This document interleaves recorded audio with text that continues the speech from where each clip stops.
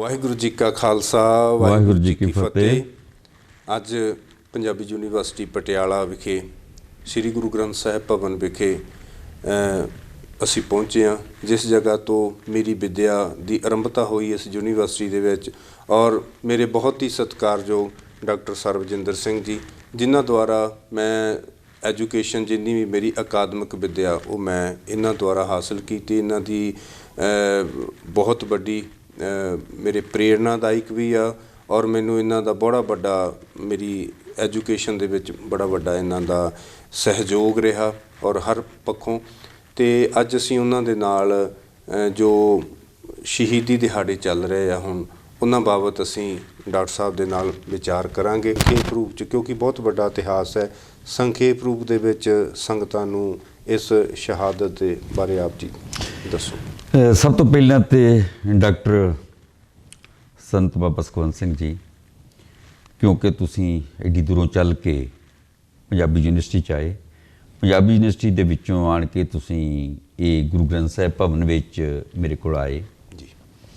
ਇਹ ਪਹਿਲਾ ਵਾਕਿਆ ਹੈ ਕਿ ਜਦੋਂ ਕੋਈ ਸੰਤ ਸਮਾਜ ਨਾਲ ਸੰਬੰਧਿਤ ਧਿਰ ਜਿਹੜੀ ਆ, ਹਾਲਾਂਕਿ ਸੰਤ ਸਮਾਜ ਨੂੰ ਹੋਰ ਤਰ੍ਹਾਂ ਡਿਫਾਈਨ ਕੀਤਾ ਜਾਂਦਾ ਹੈ, ਪਰ ਮੈਂ ਉਸ ਵੰਡਦਾਰ ਵੰਡ ਟੁੱਕੜ ਵੰਡ ਨੂੰ ਪਾਸੇ ਕਰਕੇ ਆ ਕਿ ਮੈਨੂੰ ਪ੍ਰਾਊਡ ਹੈ ਕਿ ਪਹਿਲੀ ਵਾਰ ਕੋਈ ਐਕਡੈਮਿਕਸ ਲੀਹਾਂ ਉੱਤੇ ਗੱਲ ਕਰਨ ਲਈ ਰੁਤਬੇਦਾਰ ਸੰਤ ਜਿਹੜਾ ਹੈ ਉਹ ਉਸਨੇ ਗੁਰੂ ਗ੍ਰੰਥ ਸਾਹਿਬ ਵਿਭਾਗ ਨਾਲ ਅਪਰੋਚ ਕੀਤੀ।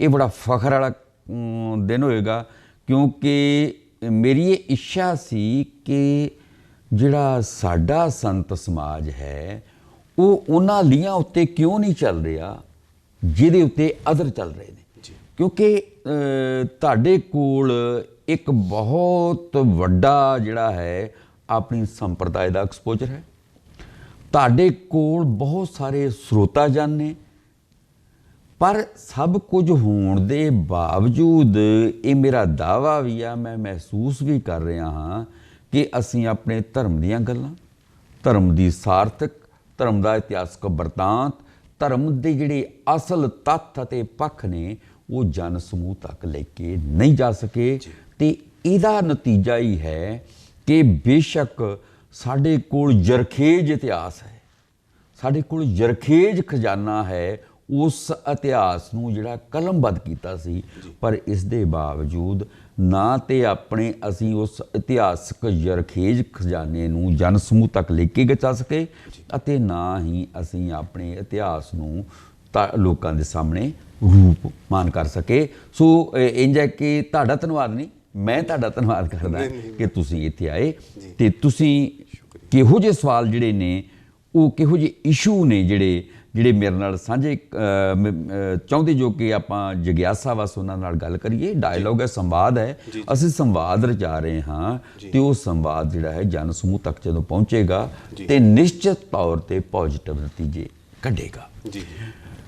ਤੁਸੀਂ ਹੁਣੇ ਗੱਲ ਕੀਤੀ ਜਿਹੜੀ ਬਹੁਤ ਇੰਪੋਰਟੈਂਟ, ਕਿ ਅਸਲ ਦੇ ਵਿੱਚ ਇਹ ਜਿਹੜੇ 13 ਦਿਨ ਨੇ, ਵੈਸੇ ਤਾਂ ਸਿੱਖੀ ਦਾ ਇਤਿਹਾਸ ਜਿਹੜਾ ਹੈ ਉਹ 1469 ਤੋਂ ਲੈ ਕੇ 1708 ਤੱਕ, ਅਤੇ 1708 ਤੋਂ ਬਾਅਦ ਬਾਬਾ ਬੰਦਾ ਸਿੰਘ ਬਹਾਦਰ ਦੀ ਆਮਦ ਤੋਂ ਲੈ ਕੇ ਘੱਲੂਘਾਰਿਆਂ ਤੱਕ, ਅਤੇ ਘੱਲੂਘਾਰਿਆਂ ਤੋਂ ਅੱਗੇ ਗੁਰਦੁਆਰਾ ਸੁਧਾਰ ਲਹਿਰ ਤੱਕ, ਉਹ ਸਾਰਾ ਹੀ ਨਿਰਖਣ ਪਰਖਣ ਯੋਗ ਹੈ। ਪਰ ਇਹ 13 ਦਿਨ ਇਹ ਇਹੋ ਜਿਹੇ ਨੇ ਜਦੋਂ ਸਮੁੱਚਾ ਸਿੱਖ ਸਮਾਜ, ਸਮੁੱਚੇ ਸਿੱਖ ਧਰਮ ਦੇ ਪੈਰੋਕਾਰ ਕੇਂਦਰਿਤ ਹੁੰਦੇ ਨੇ, ਅਤੇ ਕੇਂਦਰਿਤ ਕਿੱਥੇ ਹੁੰਦੇ ਨੇ? ਪੂਰੀ ਆਨੰਦ ਵੱਲ। ਆਨੰਦਪੁਰ ਸਾਡਾ ਧਰੋਹਰ ਹੈ। ਆਨੰਦਪੁਰ ਦੇ ਵਿੱਚੋਂ ਜਿਹੜੀ ਸਿੱਖੀ ਵਿਗਸੀ, ਉਹਦਾ ਵਿਕਾਸ ਹੋਇਆ, ਉਹਦੀ ਫ੍ਰੈਗਨੈਂਸ ਜਿਹੜੀ ਸਮੁੱਚੇ ਸੰਸਾਰ ਵਿੱਚ ਫੈਲੀ।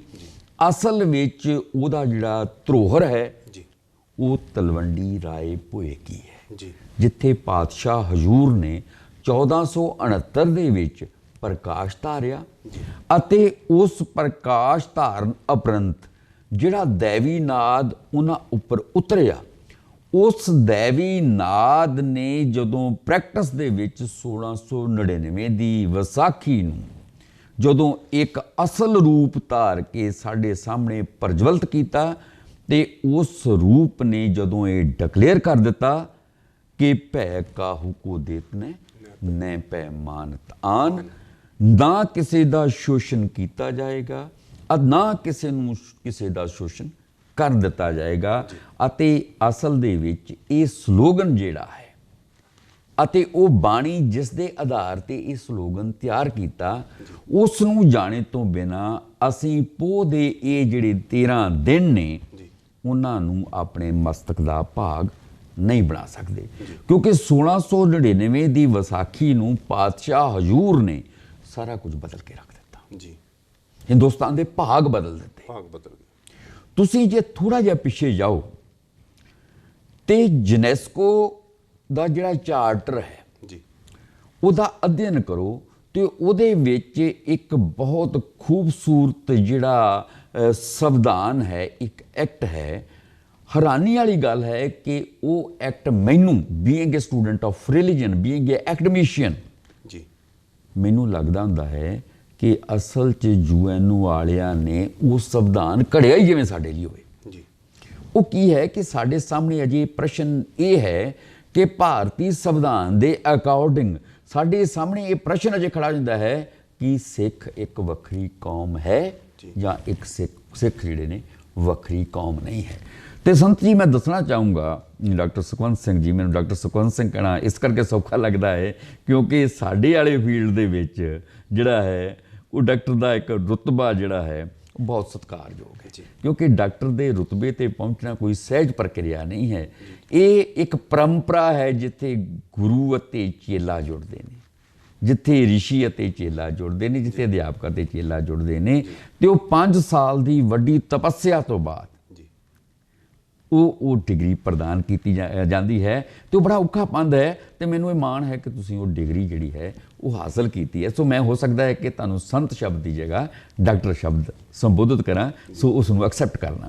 ਸੋ ਡਾਕਟਰ ਸੁਖਵੰਤ ਸਿੰਘ ਜੀ, ਉਸ ਯੂਨੈਸਕੋ ਦੇ ਚਾਰਟਰ ਦੇ ਵਿੱਚ ਉਹ ਸਾਰੇ ਭਰਮ ਭੁਲੇਖੇ ਦੂਰ ਕੀਤੇ ਨੇ ਕਿ ਸਿੱਖ ਕੌਣ ਨੇ ਜੀ।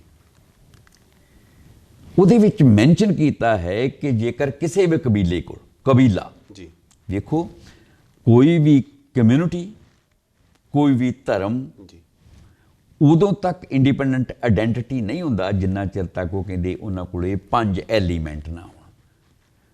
ਉਹ 5 ਐਲੀਮੈਂਟ ਬਹੁਤ ਇੰਪੋਰਟੈਂਟ ਨੇ ਤੇ ਤੁਹਾਡੇ ਇਸ ਮਾਧਿਅਮ ਰਾਹੀਂ ਮੈਂ ਚਾਹੂੰਗਾ ਕਿ ਇਹ ਹਰ ਮਨੁੱਖ, ਨਾਟ ਕੇਵਲ ਓਨਲੀ ਸਿੱਖ, ਕੇਵਲ ਸਿੱਖ ਲਈ ਨਹੀਂ, ਦੁਨੀਆ ਦੇ ਉਹ ਸਾਰੇ ਧਰਮ ਜਿਹੜੇ ਸਾਡੇ ਵਾਂਗੂ ਹੀ ਅਜੇ ਕਨਫਿਊਜ਼ਨ 'ਚ ਪਾ ਛੱਡੇ ਨੇ ਕਿ ਉਹ ਇੰਡੀਪੈਂਡੈਂਟ ਆਇਡੈਂਟੀਟੀ ਹਨ ਕਿ ਨਹੀਂ, ਜਿਨ੍ਹਾਂ ਦੇ ਵਿੱਚ ਜੈਨੀ ਅਤੇ ਬੁੱਧੀ ਵੀ ਹਨ। ਬੜਾ ਵੱਡਾ ਇਸ਼ੂ ਆ ਇਹ, ਬਹੁਤ ਵੱਡਾ ਇਸ਼ੂ ਹੈ। ਇਹਦੇ ਉੱਤੇ ਵੱਡੇ ਘੋਲ ਵੀ ਲੜੇ ਗਏ। ਹੁਣ ਕੀ ਹੈ ਕਿ ਯੂਨੈਸਕੋ ਚਾਰਟਰ ਦੇ ਵਿੱਚ ਲਿਖਿਆ ਹੈ ਕਿ ਇੱਕ ਕਬੀਲਾ ਆਇਡੈਂਟੀਟੀ ਦੇ ਵਿੱਚ ਕਿਵੇਂ ਤਬਦੀਲ ਹੁੰਦਾ ਹੈ ਜਾਂ ਇੱਕ ਭਾਈਚਾਰਾ ਇੱਕ ਵੱਖਰੇ ਧਰਮ ਦੇ ਤੌਰ ਤੇ ਕਿਵੇਂ ਐਸਟੈਬਲਿਸ਼ ਹੁੰਦਾ ਹੈ। ਤਾਂ ਉਹਦੇ ਵਿੱਚ ਉਹਨਾਂ ਕਿਹਾ ਹੈ ਕਿ ਇਸ ਭਾਈਚਾਰੇ, ਇਸ ਕਬੀਲੇ ਦਾ ਆਪਣਾ ਪੈਗੰਬਰ ਹੈ। ਦਾ ਕਨਸੈਪਟ ਆਫ ਪ੍ਰੋਫਟਹੁੱਡ। ਪ੍ਰੋਫਟਹੁੱਡ ਕੀ ਹੁੰਦਾ ਹੈ ਕਿ ਕੀ ਇਸ ਕਬੀਲੇ ਦੀ ਜਿਹੜੀ ਆਇਡੈਂਟੀਟੀ, ਜਿਹੜੇ ਧਰਮ ਦੀ ਉਹ ਗੱਲ ਕਰ ਰਹੇ ਨੇ, ਕੀ ਉਹਦਾ ਧਰਮਬਾਨੀ ਹੈ। ਹੁਣ ਤੁਸੀਂ ਸਿੱਖੀਜ਼ਮ ਵੱਲ ਨਿਗਾਹ ਮਾਰ ਕੇ ਵੇਖੋ ਤੇ ਕੀ ਸਾਡਾ ਧਰਮਬਾਨੀ ਹੈ? ਬਿਲਕੁਲ ਹੈ। ਤੇ ਆਪਾਂ ਹੁਣੇ ਪਹਿਲਾਂ ਗੱਲ ਕਰ ਸਕੇ ਹਾਂ ਕਿ ਰਾਏ ਭੋਏ ਦੀ ਤਲਵੰਡੀ ਦੇ ਵਿੱਚ 1469 ਈਸਵੀ ਨੂੰ ਜਿਸ ਪ੍ਰਕਾਸ਼ ਨੇ ਅਵਤਾਰ ਧਾਰਿਆ ਸੀ, ਜਿਸ ਦਾ ਪ੍ਰਕਾਸ਼ ਹੋਇਆ, ਜੇ ਅਵਤਾਰ ਸ਼ਬਦ ਨਹੀਂ ਵੀ ਕਹਿਣਾ, ਕਿ ਪ੍ਰਕਾਸ਼ ਹੋਇਆ ਸੀ, ਉਹ ਪ੍ਰਕਾਸ਼ ਬਾਬਾ ਸ਼੍ਰੀ ਗੁਰੂ ਨਾਨਕ ਸੱਚਾ ਪਾਤਸ਼ਾਹ ਹਜ਼ੂਰ ਦੇ ਨਾਮ ਦੇ ਨਾਲ ਦੁਨੀਆ ਭਰ ਦੇ ਵਿੱਚ ਪੈਗੰਬਰੀ ਅਜ਼ਮਤ ਦੇ ਵਿੱਚ ਆਪਣੀ ਆਇਡੈਂਟੀਟੀ ਜਿਹੜੀ ਹੈ ਉਹ ਪ੍ਰਗਟ ਕਰ ਰਿਹਾ ਹੈ। ਤਾਂ ਬੜਾ ਕਲੀਅਰ ਹੈ ਕਿ ਸਿੱਖਾਂ ਕੋਲ ਆਪਣੀ ਪ੍ਰੋਫਟਹੁੱਡ ਦਾ ਕਨਸੈਪਟ ਹੈ, ਸਿੱਖਾਂ ਦਾ ਆਪਣਾ ਧਰਮਬਾਨੀ ਹੈ ਤੇ ਉਸ ਧਰਮਬਾਨੀ ਨੂੰ ਗੁਰੂ ਨਾਨਕ ਸੱਚਾ ਪਾਤਸ਼ਾਹ ਹਜ਼ੂਰ ਦੇ ਨਾਮ ਨਾਲ ਯਾਦ ਕੀਤਾ ਜਾਂਦਾ ਹੈ। ਗੁਰੂ ਪਾਤਸ਼ਾਹ ਦੇ 9 ਉੱਤਰਾਧਿਕਾਰੀ ਨੇ।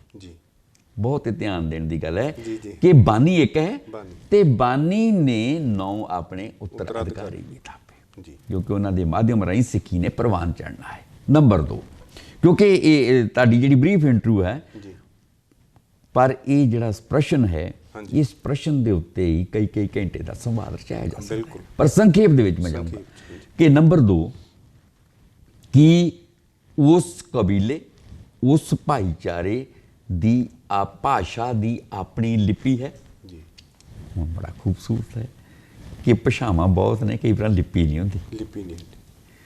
ਕਿ ਇਸ ਕਬੀਲੇ ਦੀ ਜਿਹੜੀ ਭਾਸ਼ਾ ਹੈ ਉਹਦੀ ਲਿਪੀ ਹੈ। ਤਾਂ ਬੜਾ ਪ੍ਰਤੱਖ ਹੈ ਕਿ ਜੇ ਆਪਾਂ ਸਿੱਖੀਜ਼ਮ ਦੀ ਗੱਲ ਕਰੀਏ ਤੇ ਸਾਡੇ ਕੋਲ ਸਾਡੀ ਪੰਜਾਬੀ ਮਾਂ ਬੋਲੀ ਹੈ ਤੇ ਪੰਜਾਬੀ ਮਾਂ ਬੋਲੀ ਦੀ ਜਿਹੜੀ ਲਿਪੀ ਹੈ ਉਹ ਗੁਰਮੁਖੀ। ਵੀ ਹੈਵ ਜੀ। ਸੋ 2 ਐਲੀਮੈਂਟ ਸਾਡੇ ਕੋਲ ਹੋ ਗਏ, ਕਲੀਅਰ ਹੋ ਗਏ।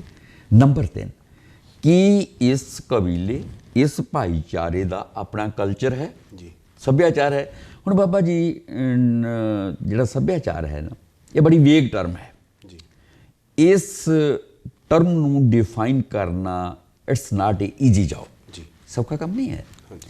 ਕਿਉਂਕਿ ਸੱਭਿਆਚਾਰ ਦੀ ਗੱਲ ਕਰਨੀ ਜਦੋਂ ਇਹ ਤੇ ਉਹਨੂੰ ਜੇ ਬਹੁਤ ਸੌਖਾ ਡਿਫਾਈਨ ਕਰ ਦਿੰਦੇ ਤਾਂ ਕਹਿੰਦੇ ਕਿ ਜਨਮ ਤੋਂ ਲੈ ਕੇ ਮੌਤ ਤੱਕ ਜੋ ਵੀ ਮਨੁੱਖ ਕਰਦਾ ਹੈ ਉਹ ਸੱਭਿਆਚਾਰ ਹੈ। ਹੁਣ ਯਾਰ ਜਨਮ ਤੋਂ ਲੈ ਕੇ ਤੇ ਮੌਤ ਤੱਕ ਦਾ ਸਮਾਂ ਤੁਸੀਂ ਵੇਖੋ ਨਾ ਜੀ, ਤੇ ਉਹ ਸਾਰਾ ਹੀ ਸੱਭਿਆਚਾਰ ਹੈ। ਤਾਂ ਕਿਵੇਂ ਡਿਫਾਈਨ ਕਰ ਲੂਗਾ ਡਾਕਟਰ ਸਰਬਜਿੰਦਰ ਜਾਂ ਡਾਕਟਰ ਸੁਖਵੰਤ ਸਿੰਘ ਹੋਣੀ, ਕਿਵੇਂ ਡਿਫਾਈਨ ਕਰ ਲੈਣਗੇ? ਇਟਸ ਨਾਟ ਪੋਸੀਬਲ ਜੀ। ਪਰ ਮੈਂ ਤੁਹਾਨੂੰ ਇਹ ਦੱਸਣਾ ਚਾਹੂੰਗਾ ਕਿ ਸੱਭਿਆਚਾਰ ਨੂੰ ਡਿਫਾਈਨ ਕਰਨ ਲਈ ਮੈਂ ਸੌਖਾ ਜਿਹਾ ਇੱਕ ਤੁਹਾਨੂੰ ਐਲੀਮੈਂਟ ਦੱਸਦਾ ਜਿਹਦੇ ਵਿੱਚ ਐਸਟੈਬਲਿਸ਼ ਹੋ ਜਾਏਗਾ ਕਿ ਸਿੱਖਾਂ ਦਾ ਆਪਣਾ ਵੱਖਰਾ ਕਲਚਰ ਹੈ, ਆਪਣਾ ਸੱਭਿਆਚਾਰ। ਤੋਂ ਇਹ ਕੀ ਹੋ ਜਾਊਗਾ ਕਿ ਜਿਹੜਾ ਇਹ ਕਬੀਲਾ ਸੀ, ਜਿਹੜਾ ਇਹ ਭਾਈਚਾਰਾ ਸੀ, ਇਸ ਦੀ ਆਇਡੈਂਟੀਟੀ ਇਸ ਕਰਕੇ ਫਿਰ ਪੁਨਰ ਸਥਾਪਿਤ ਹੁੰਦੀ ਹੈ ਕਿਉਂਕਿ ਇਹਦਾ ਆਪਣਾ ਸੱਭਿਆਚਾਰ ਹੈ ਜੀ। ਹੁਣ ਮੈਂ ਇੱਥੇ ਬਹੁਤ ਇੰਪੋਰਟੈਂਟ ਇਸ਼ੂ ਕਰਨਾਂਗੇ ਕਿ ਜਿਹੜਾ ਵਿਆਹ ਸੈਰੇਮਨੀ ਹੈ, ਬੜਾ ਸੌਖਾ ਤਾਂ ਕਿ ਜਨ ਸਮੂਹ ਨੂੰ, ਕਿਉਂਕਿ ਤੁਹਾਡੀ ਇੱਕ ਆਡੀਅנס ਹੈ, ਉਸ ਆਡੀਅנס ਕੋ ਜਾਣਾ ਹੈ ਤਾਂ ਕਿ ਸੌਖਾ ਸਮਝੇ। ਮੈਂ ਉਹਨਾਂ ਲਈ ਗੱਲ ਕਰ ਰਿਹਾ। ਐਕੈਡੈਮਿਕ ਸਫੀਅਰ ਦੇ ਵਿੱਚ ਜਦੋਂ ਅਸੀਂ ਗੱਲ ਕਰ ਲਾਂਗੇ ਤੇ ਉਦੋਂ ਇੰਨੀ ਈਜ਼ੀ ਨਹੀਂ ਹੁੰਦੀ ਕਿ ਵਿਆਹ ਸੰਸਥਾ ਹੈ, ਇੰਸਟੀਟਿਊਸ਼ਨ ਹੈ ਜੀ, ਤੇ ਵਿਆਹ ਜਿਹੜਾ ਹੈ ਇਹ ਕਲਚਰਲ ਸੈਰੇਮਨੀ ਹੈ ਜੀ। ਅੰਮ੍ਰਿਤ ਛਕਣਾ ਸਾਡੇ ਲਈ ਲਾਜ਼ਮੀ ਹੈ ਜੀ, ਪਰ ਵਿਆਹ ਜਿਹੜਾ ਹੈ ਉਹ ਆਇਡੈਂਟੀਟੀ ਵੱਖਰੀ ਹੈ ਕਿ ਤੁਹਾਡਾ ਜੀ ਕਰਦਾ ਵਿਆਹ ਕਰੋ, ਨਹੀਂ ਕਰਦਾ ਨਾ ਕਰੋ। ਮੈਂ ਨਿਰਮਲ ਸੰਪਰਦਾਇ ਜਿਹੜੀ ਸਾਡੀ ਹੈ ਉਹ ਵਿਰਕਤ ਸਾਧੂ ਨੇ ਜੀ, ਉਹ ਟ੍ਰੈਡੀਸ਼ਨ ਹੈ ਜੀ, ਪਰ ਉਹ ਸਿੱਖੀ ਦਾ ਪਾਰਟ ਐਂਡ ਪਾਰਸਲ ਨੇ ਜੀ। ਉਹਨਾਂ ਨੂੰ ਵੱਖ ਕਰਕੇ ਨਹੀਂ ਵੇਖਿਆ ਜਾ ਸਕਦਾ। ਉਹ ਸਾਡੀਆਂ ਪ੍ਰਮੁੱਖ ਸੰਪਰਦਾਵਾਂ ਜਿਨ੍ਹਾਂ ਦੀ ਬਹੁਤ ਵੱਡੀ ਕੰਟਰੀਬਿਊਸ਼ਨ ਹੈ। ਹਾਲਾਂਕਿ ਉਹ ਕੰਟਰੀਬਿਊਸ਼ਨ ਹੌਲੀ ਹੌਲੀ ਖੁਰ ਗਈ ਜੀ। ਜਿਹੜੇ ਤੁਹਾਡੀ ਵਿਰਾਸਤ ਸੀ, ਜਿਹੜੇ ਤੁਹਾਡੇ ਵੱਡੇ ਸਨ, ਜਿਹੜੇ ਉਹਨਾਂ ਨੇ ਕੰਮ ਕੀਤੇ, ਉਹ ਕੰਮ ਮੌਜੂਦਾ ਈਰਾ ਦੇ ਵਿੱਚ ਉਹ ਸਮਾਜ ਨਹੀਂ ਕਰ ਸਕਿਆ। ਤੇ ਮੈਨੂੰ ਬੜਾ ਪ੍ਰਾਊਡ ਹੈ ਕਿ ਇਸ ਗੱਲ ਦਾ ਮੈਂ ਅੱਜ ਦੱਸ ਕਰ ਰਿਹਾ, ਮੈਂ ਤੁਹਾਡੀ ਸਿਫਤ ਨਹੀਂ ਕਰ ਰਿਹਾ ਕਿ ਤੁਸੀਂ ਉਸ ਲਈ ਤੇ ਚੱਲ ਕੇ ਆਪਣੀਆਂ ਸਾਰੀਆਂ ਉਹ ਪਰੰਪਰਾ, ਕਿਉਂਕਿ ਤੁਹਾਡੀ ਮੁੱਖ ਪਰੰਪਰਾ ਹੀ ਐਜੂਕੇਸ਼ਨ ਹੈ ਜੀ, ਵਿਦਿਆ ਹੈ ਜੀ, ਤੇ ਤੁਸੀਂ ਵਿਦਿਆ ਦੇ ਵਿੱਚ ਆਂਦੇ ਆਪਣੀ ਵਿਦਿਆ ਤੇ ਤੁਸੀਂ ਪੜ੍ਹ ਹੀ ਰਹੋਗੇ, ਪਰ ਤੁਸੀਂ ਜਿਹੜੀ ਸੰਸਾਰੀ ਵਿਦਿਆ ਹੈ, ਐਕੈਡੈਮਿਕਸ ਹੈ, ਮਾਸਟਰਜ਼ ਕਰ ਲਈ ਜੀ, ਮਾਸਟਰਜ਼ ਨਹੀਂ ਕਿ ਮਾਸਟਰਜ਼ ਕਰ ਲਈਆਂ ਜੀ, PhD ਵੀ ਕਰ ਲਈ ਜੀ, ਇਹ ਵੀ ਲਾਜ਼ਮੀ ਹੈ। ਸੋ ਕੀ ਆਪਾਂ ਉੱਥੇ ਆ ਜਾਈਏ ਕਿ ਵਿਆਹ ਜਿਹੜੀ ਹੈ ਉਹ ਕਲਚਰਲ ਸੈਰੇਮਨੀ ਹੈ। ਤੇ ਪੰਜਾਬ ਦੇ ਵਿੱਚ ਜੇ ਮੈਂ ਤੁਹਾਨੂੰ ਪੰਜਾਬ ਬੜਾ ਸੌਖੇ ਢੰਗ ਨਾਲ ਸਮਝਾਉਣਾ ਕਿ ਪੰਜਾਬ ਦੇ ਵਿੱਚ 3 ਪ੍ਰੋਮੀਨੈਂਟ ਕਮਿਊਨਿਟੀਜ਼ ਨੇ ਜੀ, ਹਿੰਦੂ ਨੇ, ਮੁਸਲਮਾਨ ਨੇ, ਸਿੱਖ ਨੇ। ਤੁਸੀਂ ਵੇਖੋ ਕਿ ਸਾਰਿਆਂ ਦੀ ਵਿਆਹ ਦੀ ਸੈਰੇਮਨੀ ਵੱਖੋ ਵੱਖਰੀ ਹੈ। ਵੱਖ ਹੈ। ਸਿੱਖਾਂ ਦੀ ਆਨੰਦ ਕਾਰਜ ਹੈ ਜੀ, ਮੁਸਲਮਾਨਾਂ ਦੀ ਵੱਖਰੀ ਹੈ ਸ਼ਰੀਅਤ ਦੇ ਨਿਯਮਾਂ ਅਨੁਸਾਰ, ਹਾਂ ਨਿਕਾਹ ਕਰਦੇ ਆ, ਨਿਕਾਹ ਹੈ। ਤੇ ਹਿੰਦੂਇਜ਼ਮ ਦੀ ਜਿਹੜੀ ਹੈ ਵੇਦੀ ਦੁਆਲੇ 7 ਫੇਰੇ ਲਏ ਜਾਂਦੇ ਨੇ। ਸੋ ਕੀ ਹੈ ਕਿ ਸਾਡੇ ਇੱਥੇ 3 ਕਲਚਰ ਡਿਵੈਲਪ ਹੋਏ ਜੀ। ਵਿਦਾਂਤਕ ਕਲਚਰ, ਮੈਂ ਉਹਨਾਂ ਨੂੰ ਸਲੂਟ ਕਰਦਾ ਜੀ, ਕਿਉਂਕਿ ਗੁਰੂ ਪਾਤਸ਼ਾਹ ਬਾਰ-ਬਾਰ ਕਹਿ ਰਹੇ ਨੇ, ਗੁਰੂ ਗ੍ਰੰਥ ਸਾਹਿਬ ਮਹਾਰਾਜ, ਕਿ ਵੇਦ ਕਤੇਬ ਕਹੋ ਮਤ ਝੂਠੇ ਜੀ। ਕਿਉਂਕਿ ਸਿੱਖੀ ਜਿਹੜੀ ਹੈ ਉਹ ਹਰ ਰੰਗ ਨੂੰ ਐਕਸੈਪਟ ਕਰਦੀ ਹੈ ਜੀ, ਡਾਇਵਰਸਿਟੀ। ਇੱਕੋ ਸਿੱਖ ਧਰਮ ਹੀ ਬਾਬੇ ਨਾਨਕ ਦਾ ਇਹੋ ਜਿਹਾ ਇਲਾਹੀ ਧਰਮ ਹੈ ਜਿਹੜਾ ਸਾਰਿਆਂ ਨੂੰ ਆਪਣੇ ਗੁਰੂ ਗ੍ਰੰਥ ਸਾਹਿਬ ਦਾ ਸਰੂਪ ਵੇਖੋ ਕਿ ਇਹ ਨਾਟ ਬੀਇੰਗ ਸਿੱਖ ਦੇ ਤੌਰ ਤੇ ਨਹੀਂ ਮੈਂ ਗੱਲ ਕਰ ਰਿਹਾ, being student of religion, being academician. ਇਹ ਮੈਂ ਤੁਹਾਨੂੰ ਗੱਲ ਦੱਸ ਰਿਹਾ with historical fact and figure, ਕੋਈ ਮੈਂ ਸਾਖੀਆਂ ਨਹੀਂ ਸੁਣਾ ਰਿਹਾ ਤੁਹਾਨੂੰ, ਫੈਕਚੁਅਲ ਟਰੂਥ ਹੈ ਕਿ ਗੁਰੂ ਗ੍ਰੰਥ ਸਾਹਿਬ ਦਾ ਸਟਰਕਚਰ ਵੇਖ ਲਓ। ਬਾਣੀ ਦੀ ਗੱਲ ਬਾਅਦ ਚ ਕਰ ਲਾਂਗੇ, ਜੇਕਰ ਤੁਸੀਂ ਸਟਰਕਚਰ ਵੇਖ ਲਓ ਤੁਹਾਨੂੰ ਸਿੱਖੀ ਦੀ ਸਮਝ ਆ ਜਾਏਗੀ। ਇਹ 36 ਦੈਵੀ ਮਹਾਂਪੁਰਖਾਂ ਦਾ ਦੈਵੀ ਨਾਦ ਜਿਹੜਾ ਹੈ, ਜਿਹਦੇ ਵਿੱਚ ਮੁਸਲਮਾਨ ਨੇ, ਜਿਹਦੇ ਵਿੱਚ ਹਿੰਦੂ ਨੇ, ਜਿਹਦੇ ਵਿੱਚ ਸਿੱਖ ਗੁਰੂ ਪਾਤਸ਼ਾਹ ਨੇ, ਜਿਹਦੇ ਵਿੱਚ ਹਰ ਜਾਤ ਹਰ ਪਾਤ, ਹਰ ਕਲਚਰ, ਹਰ ਧਰਮ, ਹਰ ਭੂਗੋਲਿਕ ਖਿੱਤੇ ਦੇ ਲੋਕ, ਵੱਡੇ ਲੋਕਾਂ ਦੀ, ਦੈਵੀ ਲੋਕਾਂ ਦੀ ਬਾਣੀ ਨੂੰ ਪਾਤਸ਼ਾਹ ਹਜ਼ੂਰ ਨੇ ਥਾਂ ਦੇ ਕੇ ਦੱਸ ਦਿੱਤਾ ਕਿ ਆਉਣ ਵਾਲੇ ਸਮੇਂ ਦੇ ਵਿੱਚ ਜਦੋਂ ਕਿਤੇ ਸਮੁੱਚੇ ਸੰਸਾਰ ਦੀਆਂ ਹੱਦਬੰਦੀਆਂ ਟੁੱਟ ਗਈਆਂ ਤੇ ਇੱਕ ਦੇਸ਼ ਬਣ ਗਿਆ ਸਮੁੱਚਾ ਸੰਸਾਰ। ਬਾਬਾ ਨਾਨਕ ਦਾ ਵਿਜ਼ਨ ਵੇਖੋ ਸੱਚੇ ਪਾਤਸ਼ਾਹ ਦਾ, ਕਿ ਜਦੋਂ ਸਮੁੱਚਾ ਸੰਸਾਰ ਇੱਕ ਦੇਸ਼ ਬਣ ਗਿਆ ਤੇ ਉਹਦਾ ਨੂੰ ਸੰਵਿਧਾਨ ਚਾਹੀਦਾ ਹੈ, ਸੰਵਿਧਾਨ ਚਾਹੀਦਾ ਨਾ। ਤੇ ਉਹ ਸੰਵਿਧਾਨ ਕਿਹੋ ਜਿਹਾ ਹੋਏਗਾ? ਉਹ ਸੰਵਿਧਾਨ ਕੇਵਲ ਗੁਰੂ ਗ੍ਰੰਥ ਸਾਹਿਬ ਵਰਗਾ ਹੋਏਗਾ। ਪਹਿਲਾਂ ਹੀ ਬਣਾ ਕੇ ਨਿਰਧਾਰਤ ਹੈ ਸਾਰਾ। ਸਾਡੀ ਟ੍ਰੈਜਡੀ ਇਹ ਹੈ, ਸਾਡਾ ਦੁਖਾਂਤ ਇਹ ਹੈ ਕਿ ਨਾ ਐਕੈਡਮਿਸ਼ੀਅਨ, ਨਾ ਪੋਲੀਟੀਸ਼ੀਅਨ ਅਤੇ ਨਾ ਸੰਤ ਸਮਾਜ। ਕਿਉਂਕਿ ਸਭ ਤੋਂ ਪਹਿਲਾਂ ਆਪਣੇ ਤੇ ਕੁਐਸਚਨ ਕਰੋ ਕਿ ਇਹ ਗੱਲ ਲੋਕਾਂ ਤੱਕ ਐਸਟੈਬਲਿਸ਼ ਹੀ ਨਹੀਂ ਕਰ ਸਕੇ ਜਿਹੜੀ ਸਿੱਖੀ ਦੇ ਡਿਸਟਿੰਕਟਿਵ ਫੀਚਰ ਨੇ, ਵਿਲੱਖਣ ਤੱਤ ਨੇ। ਅਸੀਂ ਵਿਲੱਖਣ ਤੱਤ ਦੱਸ ਹੀ ਨੇ ਕਿ ਮਿੱਤਰੋ ਅੱਜ ਤੁਹਾਡੇ ਮਾਧਿਅਮ ਰਾਹੀਂ ਮੈਂ ਇਹ ਦੱਸਦਾ ਹਾਂ ਕਿ 100 ਸਾਲ ਨੂੰ, 50 ਸਾਲ ਨੂੰ, 25 ਸਾਲਾਂ ਨੂੰ, 30 ਸਾਲਾਂ ਨੂੰ ਇਹ ਬਾਉਂਡਰੀਜ਼ ਟੁੱਟ ਜਾਣੀਆਂ ਨੇ। ਇਹ ਜਿਹੜੇ ਬਾਰਡਰ ਜੇ ਖੜੇ ਹੋਏ ਨਾ, ਸਭ ਡਿਮੋਲਿਸ਼ ਹੋ ਜਾਣੇ ਨੇ। ਤੇ ਜਦੋਂ ਇਹ ਹੋਏ ਉਦੋਂ ਉਹਨਾਂ ਨੂੰ ਇੱਕ ਸੰਵਿਧਾਨ ਚਾਹੀਦਾ ਹੈ। ਤੇ ਫਿਰ ਉਹ ਘਾੜੇ ਸੋਚਣਗੇ, ਬੈਠਣਗੇ ਕਿ ਕਿੱਥੋਂ ਲੱਭੀਏ। ਤੇ ਫਿਰ ਉਹ ਗੱਲ ਆਊਗੀ ਕਿ ਸੰਵਿਧਾਨ ਕਿਹੋ ਜਿਹਾ? ਗੁਰੂ ਗ੍ਰੰਥ ਸਾਹਿਬ ਦੇ ਸਟਰਕਚਰ ਵਰਗਾ। ਜਿਹੜਾ ਅੱਜ ਤੋਂ ਰਵਿਦਾਸ ਮਹਾਰਾਜ ਨੇ ਵੀ ਕਿਹਾ ਨਾ, ਬੇਗਮਪੁਰਾ ਸ਼ਹਿਰ ਕੋ ਨਾਓ, ਦੁਖਾਂ ਦੋ ਨਹੀਂ ਤੈ ਠਾਓ। ਉਹ ਪਹਿਲਾਂ ਸਾਰਾ ਕੁਝ ਤਿਆਰ। ਬੇਗਮਪੁਰੇ ਦੀ ਐਸਟੈਬਲਿਸ਼ਮੈਂਟ ਹੀ ਤਦ ਹੋ ਸਕਦੀ ਹੈ ਜੇਕਰ ਗੁਰੂ ਗ੍ਰੰਥ ਸਾਹਿਬ ਦਾ ਦੇਵੀ ਨਾਦ ਲੋਕ ਮਨਾਂ ਦਾ ਹਿੱਸਾ ਬਣੇ। ਅਦਰਵਾਈਜ਼ ਬੇਗਮਪੁਰਾ ਨਹੀਂ ਐਸਟੈਬਲਿਸ਼ ਨਹੀਂ ਹੋ ਸਕਦਾ। ਬੇਗਮਪੁਰਾ ਤੇ ਪਿਆ ਉੱਥੇ। ਆਪਾਂ ਗੱਲ ਕਰ ਰਹੀਏ ਕਿ ਉੱਥੇ ਆਏ ਸੀ ਕਿ ਕਲਚਰ। ਤਾਂ ਕਲਚਰ ਕੀ ਹੈ ਕਿ ਤਿੰਨੇ ਧਰਮਾਂ ਦਾ, ਵੈਦਿਕ ਕਲਚਰ, ਇਸਲਾਮਿਕ ਕਲਚਰ ਅਤੇ ਸਿੱਖ ਕਲਚਰ। ਸੋ ਇੱਥੇ ਕੀ ਹੁੰਦਾ ਹੈ ਕਿ ਸਿੱਖ ਦਾ ਆਨੰਦ ਕਾਰਜ ਹੁੰਦਾ ਹੈ। ਤੋ ਸਿੱਖ ਕਬੀਲੇ ਕੋਲ, ਸਿੱਖ ਭਾਈਚਾਰੇ ਦੀ ਆਪਣੀ ਇੱਕ ਕਲਚਰਲ ਆਇਡੈਂਟੀਟੀ ਹੈ। ਤੀਜਾ ਐਲੀਮੈਂਟ ਹੋ ਗਿਆ ਜੀ, ਪੈਗੰਬਰ ਹੋ ਗਿਆ, ਲਿਪੀ ਹੋ ਗਈ, ਕਲਚਰ ਵੱਖਰਾ। ਚੌਥਾ ਉਹ ਕੁਐਸਚਨ ਕਰਦੇ ਨੇ ਕਿ ਕੀ ਇਸ ਕਬੀਲੇ ਦਾ ਆਪਣਾ ਧਰਮ ਗ੍ਰੰਥ ਹੈ? ਗੁਰੂ ਗ੍ਰੰਥ ਸਾਹਿਬ ਸਾਡੇ ਕੋਲ ਹੈ, ਬਾਕੀਆਂ ਕੋਲ ਵੀ ਹੈ, ਸਾਡੇ ਕੋਲ ਵੀ ਹੈ। ਪੰਜਵਾਂ ਐਲੀਮੈਂਟ ਹੈ ਕਿ ਇਸ ਕਬੀਲੇ ਦੀ ਆਪਣੀ ਵੱਖਰੀ ਫਿਜ਼ੀਕਲ ਆਇਡੈਂਟੀਟੀ ਹੈ। ਤੇ 1699 ਦੀ ਵਿਸਾਖੀ ਨੂੰ ਪਾਤਸ਼ਾਹ ਹਜ਼ੂਰ ਨੇ ਉਹ ਆਇਡੈਂਟੀਟੀ ਸਥਾਪਿਤ ਕਰਕੇ ਸਿੱਖ ਇੱਕ ਵੱਖਰੀ ਕੌਮ ਦੀ ਸਟੈਂਪ ਲਾਤੀ ਸੀ। ਅਸੀਂ ਕੋਈ ਕਿਸੇ ਧਰਮ ਦੀ ਕੋਈ ਸੰਪਰਦਾਇ ਜਾਂ ਰਿਫਾਰਮ ਮੂਵਮੈਂਟ ਨਹੀਂ ਆ। ਸਿੱਖ ਜਿਹੜੇ ਨੇ, it's a separate identity. We are a independent identity. ਇਹੋ ਜਿਹੀ ਆਇਡੈਂਟੀਟੀ ਜਿਹੜਾ ਕਹਿੰਦਾ ਹੈ ਸਭ ਸੇ ਲਏ ਮੜਾਏ ਜੀਓ, ਜਿਹੜੇ ਸਭ ਨੂੰ ਗੱਲ ਨਾਲ ਲਾਉਂਦੇ ਆ। ਸਾਡਾ ਇਤਿਹਾਸ ਜਿਹੜਾ ਹੈ ਉਹ ਇਸ ਗੱਲ ਤੇ।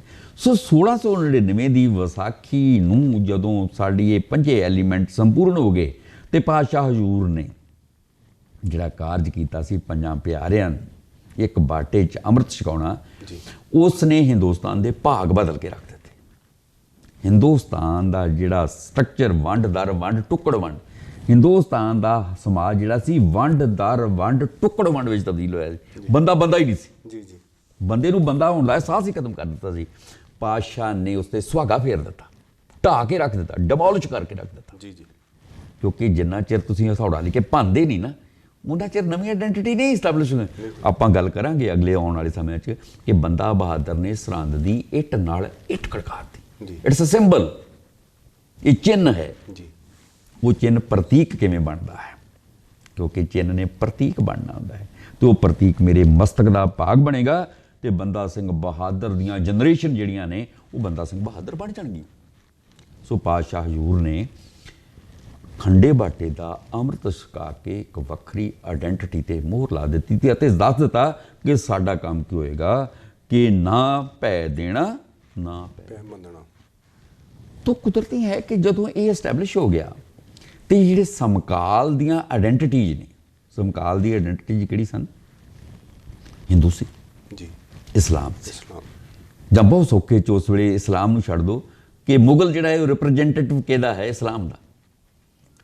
ਤੇ ਹਿੰਦੂਆਂ ਦਾ ਰਿਪਰੈਜ਼ੈਂਟੇਟਿਵ ਕਿਹੜਾ ਹੈ? ਪਾਤਸ਼ਾਹ ਦੇ ਲੱਗੇ ਪਹਾੜ ਦੇ ਰਾਜੇ। ਸੋ ਮੁਗਲ ਤੇ ਪਹਾੜ ਦਾ ਅਨਹੋਲੀ ਅਲਾਈਅੰਸ ਹੋ ਗਿਆ, ਜਿਹਨੂੰ ਕਹਾਂਗੇ ਅਪਵਿੱਤਰ ਗੱਠਜੋੜ। ਤੇ ਜਿੱਥੇ ਜਿੱਥੇ ਵੀ ਅਪਵਿੱਤਰ ਗੱਠਜੋੜ ਹੋਇਆ ਉੱਥੇ ਸਮੱਸਿਆਵਾਂ ਦੇ ਜੰਗਲ ਪੈਦਾ ਹੋਣਗੇ।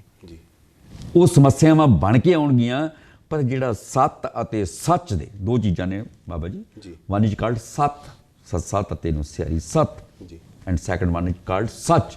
ਲੋਟ ਆਫ ਡਿਫਰੈਂਸ ਬਿਟਵੀਨ ਦਾ ਸੱਤ ਐਂਡ ਸੱਚ। ਸੱਤ ਅਤੇ ਸੱਚ 'ਚ ਬਹੁਤ ਫਰਕ ਹੈ, ਕਿਤੇ ਫਿਰ ਲੰਮੀ ਗੱਲ ਕਰਾਂਗੇ, ਮੌਕਾ ਨਹੀਂ ਹੈ। ਸੋ ਗੁਰੂ ਪਾਤਸ਼ਾਹ ਦੇ ਨਾਲ ਇਹ ਅਨਹੋਲੀ ਅਲਾਈਅੰਸ ਭਿੜਨ ਆ ਗਿਆ, ਤੇ ਜਦੋਂ ਭਿੜਿਆ ਉਹਦੇ ਨਤੀਜੇ ਜਿਹੜੇ ਨੇ ਉਹ ਸਾਡੀ ਵਿਰਾਸਤ ਦਾ ਫਖਰ ਹੈ, ਉਹ ਸਾਡਾ ਇਤਿਹਾਸ ਹੈ।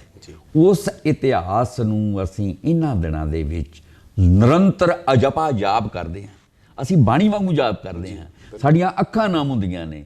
ਅਸੀਂ ਦੁਨੀਆ ਨੂੰ ਦੱਸਦੇ ਹਾਂ ਕਿ ਸਾਡੇ ਪਾਤਸ਼ਾਹ ਹਜ਼ੂਰ ਨੇ ਉਹਨਾਂ ਦਿਨਾਂ ਦੇ ਵਿੱਚ ਕਿਹੋ ਜਿਹਾ ਕਰਾਮਾਤੀ ਇੱਕ ਇੱਥੇ ਕ੍ਰਿਸ਼ਮਾ ਕੀਤਾ ਸੀ ਕਿ ਉਸਨੇ ਦੁਨੀਆ ਨੂੰ ਇਹ ਦੱਸ ਦਿੱਤਾ ਸੀ ਕਿ ਮੈਂ ਆਪਣਿਆਂ ਲਈ, ਆਪਣੇ ਮੀਨ ਸਮੁੱਚਾ ਸੰਸਾਰ, ਅਸੀਂ ਹਿੰਦੁਸਤਾਨ ਤੱਕ ਵੀ ਨਹੀਂ ਬਾਉਂਡਰੀ ਕਰ, ਸਮੁੱਚਾ ਸੰਸਾਰ, ਉਹਨਾਂ ਲਈ ਆਪਣਾ ਆਪ ਕੁਰਬਾਨ ਕਰ ਸਕਦਾ, ਆਪਣਾ ਮਾਂ ਪਿਓ ਕੁਰਬਾਨ ਕਰ ਸਕਦਾ, ਆਪਣੇ ਬੱਚੇ ਕੁਰਬਾਨ ਕਰ ਸਕਦਾ, ਆਪਣਾ ਸਮੁੱਚਾ ਕਬੀਲਾ ਭਾਈਚਾਰਾ ਕੁਰਬਾਨ ਕਰ ਦਿੰਦਾ।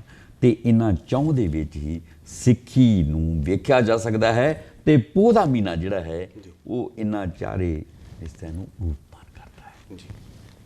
ਸੰਖੇਪ ਵਿੱਚ ਆ ਜਾਈਏ, ਪੋਹ ਦਾ ਮਹੀਨਾ ਹੈ, 5 ਪੋਹ ਹੈ।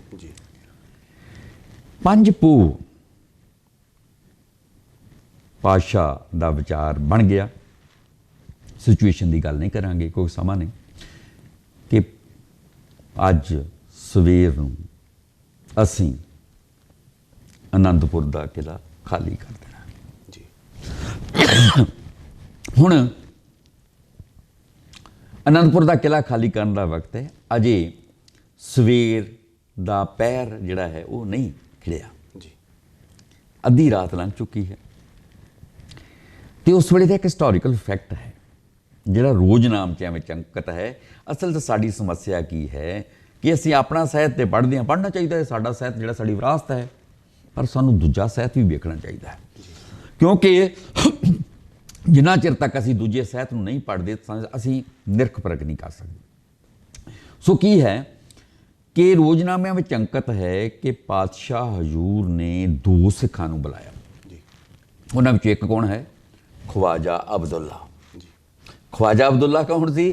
ਖਵਾਜਾ ਅਬਦੁੱਲਾ ਮੁਗਲਿਆ ਹਕੂਮਤ ਦਾ ਬਾਗੀ ਅਹਿਲਕਾਰ ਸੀ, ਜਿਹੜਾ ਗੁਰੂ ਤੇਗ ਬਹਾਦਰ ਸਾਹਿਬ ਦੀ ਸ਼ਹਾਦਤ ਵੇਲੇ ਬਗਾਵਤ ਕਰਕੇ ਪੂਰੀ ਆਨੰਦ ਆ ਗਿਆ ਸੀ ਅਤੇ ਪਾਤਸ਼ਾਹ ਦਾ ਸਿੱਖ ਬਣ ਕੇ ਖਵਾਜਾ ਸਿੰਘ ਅਬਦੁੱਲਾ ਦੇ ਨਾਂ ਨਾਲ ਮਸ਼ਹੂਰ ਹੋਇਆ ਸੀ। ਤੇ ਦੂਜਾ ਭਾਈ ਬਚਿੱਤਰ, ਬੜਾ ਵੱਡਾ ਇਹ ਇੱਕ ਨਾਮ ਹੈ ਖਵਾਜਾ ਅਬਦੁੱਲਾ ਦਾ, ਵੀ ਜਦੋਂ ਆਮ ਕਰਕੇ ਲੋਕਾਂ ਨੂੰ ਪਤਾ ਹੀ ਨਹੀਂ ਇਹਨਾਂ ਚੀਜ਼ਾਂ ਬਾਰੇ।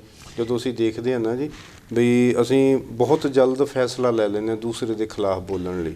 ਇਹ ਇੱਕ ਬੜਾ ਵੱਡਾ ਬਹੁਤ ਖੂਬਸੂਰਤ ਹੈ, ਕਿਉਂਕਿ ਜਿੰਨਾ ਚਿਰ ਤੱਕ ਅਸੀਂ ਤੇ ਗੁਰੂ ਦੇ ਹਾਂ ਜੀ, ਅਸੀਂ ਤੇ ਗੁਰੂ ਲਈ ਨਿਸ਼ਾਵਰ ਹਾਂ। ਜਿੱਥੇ ਵੀ ਕਰੇਗਾ ਤੁਸੀਂ ਵੇਖ ਲਓ ਕਿ ਸਿੰਧੂ ਬਾਰਡਰ ਤੇ ਅੱਜ ਵੀ ਸਰਸਾ ਨਦੀ ਬਣੀ ਹੋਈ ਹੈ। ਬਿਲਕੁਲ ਬਣੀ ਹੈ, ਕਿਉਂਕਿ ਉਹੀ ਦਿਨ ਨੇ, ਉਹੀ ਸਮਾਂ ਹੈ। ਸਿੰਧੂ ਬਾਰਡਰ ਤੇ ਖਾਲਸਾ ਜੁੜਿਆ ਹੈ, ਪੱਗਾਂ ਵਾਲੇ ਜੁੜੇ ਨੇ, ਸਿੱਖੀ ਜੁੜੀ ਹੈ। ਜਿਹੜੀ ਤੁਸੀਂ ਪਹਿਲਾਂ ਗੱਲ ਕਹੀ ਆ ਨਾ ਵੀ ਸਾਰੀਆਂ ਬਾਉਂਡਰੀਜ਼ ਅੱਜ ਖਤਮ ਹੋ ਰਹੀਆਂ, ਸਾਰਾ ਕੁਝ ਖਤਮ ਹੋ ਕੇ ਤੇ ਉਹ ਅੱਜ ਉੱਥੇ ਉਹ ਬਾਰਡਰ ਦੇ ਉੱਤੇ ਸਾਰੇ ਲੋਕ, ਉਹ ਸਰਦਾਰਾਂ ਨੇ ਜਿਵੇਂ ਸਾਰੇ ਹਿੰਦੁਸਤਾਨ ਨੂੰ ਕੜਾਵੇ ਚਲਾ ਲਿਆ ਜੀ, ਕਿ ਕੋਈ ਵੀ ਆਵੇ ਉਹ ਸਾਡਾ ਹੈ। ਸੋ ਇੱਕ ਸਿੱਖੀ ਦੀ ਖੁਸ਼ਬੂ ਹੈ ਜਿਹੜੀ ਗੁਰੂ ਨਾਨਕ ਸੱਚੇ ਪਾਤਸ਼ਾਹ ਨੇ ਫੈਲਾਈ ਸੀ। ਉਹ ਸਿੱਖੀ ਦੀ ਖੁਸ਼ਬੂ ਦਾ ਐਗਜ਼ੈਕਟਲੀ ਪ੍ਰਗਟਾਵਾ ਉਸੇ ਸਮੇਂ ਹੋ ਰਿਹਾ ਹੈ ਜਦੋਂ ਪਾਤਸ਼ਾਹ ਹਜ਼ੂਰ ਸਰਸਾ ਨਦੀ ਪਾਰ ਕਰ ਗਏ ਨੇ। ਚਮਕੌਰ ਦਾ ਯੁੱਧ ਹੈ, ਵੱਡੇ ਸਾਹਿਬਜ਼ਾਦੇ ਸ਼ਹੀਦੀ ਪ੍ਰਾਪਤ ਕਰ ਰਹੇ ਨੇ, ਤੇ ਛੋਟੇ ਸਾਹਿਬਜ਼ਾਦੇ ਮਾਤਾ ਗੁਜਰੀ ਜਿਹੜੇ ਨੇ ਉਹ ਕੁੰਮੇ ਮਾਹੀ ਦੀ ਕੁੱਲੀ ਦੇ ਵਿੱਚ ਬਿਰਾਜਮਾਨ ਹੈ ਜੀ। ਭਾਣਾ ਕੀ ਵਾਪਰਦਾ ਹੈ ਕਿ ਆਪਾਂ ਉੱਥੇ ਇਹ ਕਿ ਪਾਤਸ਼ਾਹ ਹਜ਼ੂਰ ਨੇ ਖਵਾਜਾ ਅਬਦੁੱਲਾ ਨੂੰ ਬੁਲਾਇਆ, ਬਚਿੱਤਰ ਸਿੰਘ ਨੂੰ ਬੁਲਾਇਆ, ਤੇ ਕਹਿੰਦੇ ਕਿਹਾ ਕਿ ਪ੍ਰੀਖਿਆ ਆ ਗਈ ਹੈ। ਹੁਣ ਵੇਖੋ ਸਿੱਖ ਕਿਵੇਂ ਦੇ ਸੀ ਕਿ ਪ੍ਰੀਖਿਆ ਆ ਗਈ ਹੈ, ਤੇ ਅੱਗਿਓਂ ਉੱਤਰ ਆਇਆ ਪ੍ਰੀਖਿਆ ਦੇਵਾਂਗੇ ਵੀ ਤੇ ਪ੍ਰੀਖਿਆ ਚੋਂ ਪਾਸ ਵੀ ਹੋਵਾਂਗੇ। ਇਹ ਖਾਲਸੇ ਦੀ ਚੜ੍ਹਦੀ ਕਲਾ ਕਿ ਮੁੱਠੀ ਭਰ ਨੇ, ਹਜ਼ਾਰਾਂ ਬਾਹਰ ਬੈਠੇ ਨੇ, ਘੇਰਾ ਕਿਲੇ ਦੀ ਦੀਵਾਰ ਤੱਕ ਹੈ, ਤੇ ਉਹ ਕਹਿੰਦੇ ਨੇ ਕਿ ਪ੍ਰੀਖਿਆ ਦੇਵਾਂਗੇ ਵੀ, ਪ੍ਰੀਖਿਆ ਐਡਾ ਵੱਡਾ ਹੌਸਲਾ ਹੈ ਉਹਨਾਂ ਦਾ। ਇਹ ਜਿਹੜੀ ਇੱਕ ਚੜ੍ਹਦੀ ਕਲਾ ਵਾਲੀ ਸਪਿਰਿਟ ਹੈ ਨਾ, ਇਹ ਹੁਣ ਹਰ ਕੌਮਾਂ 'ਚ ਹੋਣੀ ਚਾਹੀਦੀ ਆ। ਮੈਂ ਕਹਿੰਦਾ ਹਰ ਕੌਮਾਂ ਦੇ ਮਸਤਕ ਦਾ ਭਾਗ ਬਣੇ, ਪਰ ਇਹਦੀ ਅਗਵਾਈ ਆਨੰਦਪੁਰ ਦੇ ਵਾਸੀਆਂ ਦੇ ਮਾਧਿਅਮ ਰਾਹੀਂ ਹੋਏਗੀ। ਇਹ ਚੇਤਿਆਂ 'ਚ ਵਸਾ ਲੈਣਾ ਚਾਹੀਦਾ ਹੈ ਕੁੱਲ ਸੰਸਾਰ ਨੂੰ। ਅਸੀਂ ਕਿਸੇ ਦੇ ਵਿਰੁੱਧ ਨਹੀਂ ਹਾਂ, ਕਿਉਂਕਿ ਬਾਬਾ ਨਾਨਕ ਨੇ ਸਾਨੂੰ ਗੁੜਤੀ ਨਹੀਂ ਦਿੱਤੀ। ਅਸੀਂ ਕਿਸੇ ਨਾਲ ਵੈਰ ਕਰ ਹੀ ਨਹੀਂ ਸਕਦੇ। ਕਿਸੇ ਦੇ ਵੀ ਭੀੜ ਪਊਗੀ ਅਸੀਂ ਹਾਜ਼ਰ ਹੋ ਜਾਵਾਂਗੇ। ਅਸੀਂ ਆਪੋ ਵਿੱਚ ਲੜੀਏ ਮਰੀਏ ਜੋ ਮਰਜ਼ੀ ਕਈ ਕਰਦੇ ਹਾਂ। ਕਮਿਊਨਿਟੀ ਜਦੋਂ ਮੈਨੂੰ ਪਤਾ ਹੈ ਕਿ ਅਸੀਂ ਕੀ ਕਰਦੇ ਹਾਂ ਆਪੋ ਵਿੱਚ, ਪਰ ਇਹ ਸਾਡੇ ਘਰ ਦਾ ਮਾਮਲਾ ਹੈ। ਪਰ ਜਦੋਂ ਅਸੀਂ ਘਰ ਦਾ ਦਰਵਾਜ਼ਾ ਖੋਲ੍ਹ ਕੇ ਬਾਹਰ ਨਿਕਲਦੇ ਹਾਂ, ਫਿਰ ਸਭ ਨੂੰ ਕੜਾਵੇ 'ਚ ਲਾ ਲੈਂਦੇ, ਇੱਕ ਨਾਲ ਲਾ ਲੈਂਦੇ। ਇਹ ਬਾਬੇ ਨਾਨਕ ਦਾ ਸਾਨੂੰ ਦੈਵੀ ਨਾਦ ਜਿਹੜਾ ਸਿਖਾਉਂਦਾ ਹੈ। ਸੋ ਕੀ ਹੈ ਕਿ ਚਾਰ ਚੁਫੇਰੇ ਘੇਰਾ ਹੈ, ਦੋਵੇਂ ਯੋਧੇ ਲੋਹਗੜ੍ਹ ਦੇ ਕਿਲ੍ਹੇ ਦੇ ਉੱਤੇ ਚੜ੍ਹ ਗਏ ਨੇ ਤੇ ਕਹਿੰਦੇ ਨੇ ਕਿ ਜਿਹੜੀ ਤੀਰਾਂ ਦੀ ਬਰਸਾਤ ਹੋਈ ਤੇ ਜਿਹੜੀ ਕੱਕਰ ਵਾਲੀ ਠੰਡ ਸੀ, ਕਹਿੰਦੇ ਉਸ ਦਾ ਹਿਰਦਾ ਵੀ ਕੰਬ ਗਿਆ ਸੀ। ਤੇ ਵੇਂਦਿਆਂ ਜਿਹੜਾ ਸੀ ਉਹ ਆਲੇ ਦੁਆਲੇ ਆਨੰਦਪੁਰੀ ਵਾਲਾ ਜਿਹੜਾ ਘੇਰਾ ਸੀ ਉਹ ਇਉਂ ਖੰਡਿਤ ਹੋ ਗਿਆ ਸੀ ਕਿ ਮੀਲਾਂ ਦੇ ਮੀਲ ਤੱਕ ਐਵੇਂ ਲੱਗਦਾ ਸੀ ਜਿਵੇਂ ਬੰਦਿਆਂ ਨੂੰ ਡੈਣ ਖਾ ਗਈ ਹੋਵੇ। ਤੋ ਜਦੋਂ ਇਹ ਕਲੀਅਰ ਹੋ ਗਿਆ ਤੇ ਪਾਤਸ਼ਾਹ ਨੇ ਕਿਹਾ ਚਾਲੇ ਪਾਏ ਜਾਣ। ਚਾਲੇ ਪਾ ਆਨੰਦਪੁਰ ਸਾਹਿਬ ਤੋਂ ਚਾਲੇ ਪਾਤੇ ਨੇ, ਪਤਾ ਨਹੀਂ ਕਿੱਧਰ ਜਾ ਰਹੇ ਨੇ, ਪਾਤਸ਼ਾਹ ਜਾਣਨ। ਖਾਲਸਾ ਨਾਲ ਹੈ, ਨਿਕਲ ਗਏ, ਕੀਰਤਪੁਰ ਟੱਪ ਗਏ। ਤੇ ਉਸ ਵੇਲੇ ਇੱਕ ਹੋਰ ਬਹੁਤ ਖੂਬਸੂਰਤ ਵਾਕਿਆ ਹੈ। ਕਹਿੰਦੇ ਜਿਹੜੇ 5 ਪਿਆਰਿਆਂ 'ਚੋਂ ਇੱਕ ਪਹਿਲਾ ਪਿਆਰਾ ਭਾਈ ਦਇਆ ਸਿੰਘ ਹੋਰਾਂ ਕਿਹਾ, ਜਰਨੈਲ ਨੇ ਦਇਆ ਸਿੰਘ ਹੋਰੀ, ਕਿ ਬਾਬਾ ਜੀ ਪਾਤਸ਼ਾਹ ਸੰਕਟ ਟਲ ਗਿਆ ਹੈ, ਦਮ ਮਾਰ ਲਿਆ ਜਾਵੇ। ਤੇ ਮਹਾਰਾਜ ਨੇ ਫਰਮਾਇਆ, ਦਇਆ ਸਿੰਘ ਅਸਮਾਨੀ ਹੁਕਮਾਂ 'ਚ ਦਖਲ ਅੰਦਾਜ਼ੀ ਨਹੀਂ ਕਰੀਦੀ, ਸਰਸਾ ਡੀਗ ਰਿਹਾ ਹੈ। ਜੋ ਪਾਤਸ਼ਾਹ ਦਇਆ ਸਿੰਘ ਹੋਰੀ ਅੱਗੇ ਨੇ, ਸਰਸਾ ਕੰਢੇ ਪਹੁੰਚ ਗਏ ਨੇ। ਗੁਰੂ ਪਾਤਸ਼ਾਹ ਨੇ ਕਿਹਾ ਆਸਾ ਕੀ ਵਾਰ ਲਾਈ ਜਾਵੇ। ਸਾਰੇ ਖਾਲਸੇ ਨੇ ਭਾਈ ਦਇਆ ਸਿੰਘ ਵੱਲ ਵੇਖਿਆ। ਦਇਆ ਸਿੰਘ ਹੋਰਾਂ ਨੇ ਉਹਨਾਂ ਦੀਆਂ ਅੱਖਾਂ ਦਾ ਪ੍ਰਸ਼ਨ ਜਿਹੜਾ ਸੀ ਪੜ੍ਹਿਆ ਤੇ ਬੋਲੇ, ਪਾਤਸ਼ਾਹ ਸਰਸਾ ਪਾਰ ਕਰਕੇ ਆਸਾ ਕੀ ਵਾਰ ਲਾਈ ਜਾਵੇ।